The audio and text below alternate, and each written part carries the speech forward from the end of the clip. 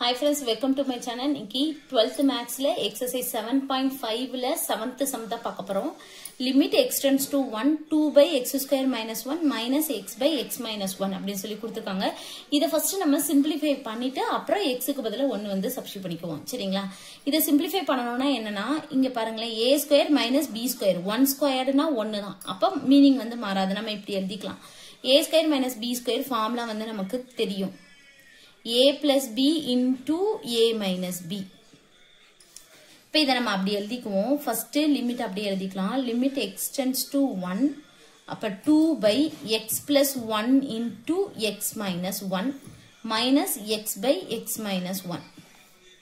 இப்போ இதுக்கு வந்து நம்ம LCM எடுக்கணும் இந்த ரெண்டுத்துக்கும். அப்ப நம்ம LCM வந்து என்னது? இதுதான் LCM. சரிங்களா? லிமிட்டை நம்ம அப்படியே எழுதிக்கலாம். அப்ப x plus 1 x minus 1. இப்ப இங்க பாத்தீங்கன்னா x minus 1 ஏற்கனவே நம்ம எழுதிட்டோம். அப்ப இத நம்ம திருப்பி எழுத தேவையில்லை. சரிங்களா? இத மட்டும் ஃபர்ஸ்ட் எழுதிக்கணும். x plus 1 into x minus 1 எழுதிட்டோம். இங்க நம்ம பார்த்தோம்னா x minus 1 இருக்குது. ஆனா ஏற்கனவே நம்ம எழுதிட்டோம். அதனால நமக்கு எழுத தேவையில்லை.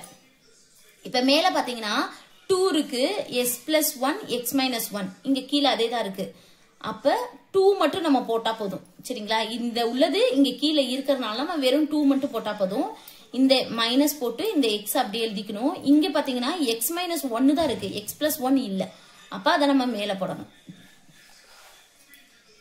இப்ப limit x tends to 1 2 minus x உள்ள கொண்டு போயிருங்க. minus x minus x into x minus x square minus x minus x into 1 minus x.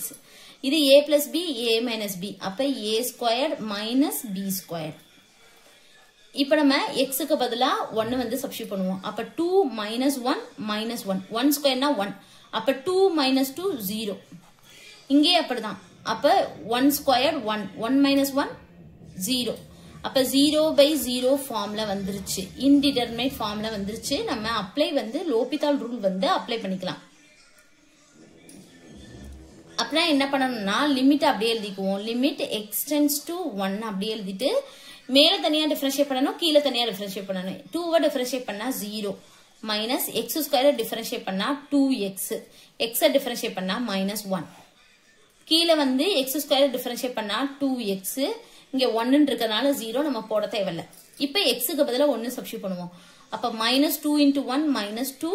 அடுத்து இங்க x டேர்ம் இல்லாதனால அந்த -1 அப்படியே எழுதிக்குவோம். 2 into 1 2. அப்ப -3/2. இதான் வந்து நமக்கு ஆன்சர்.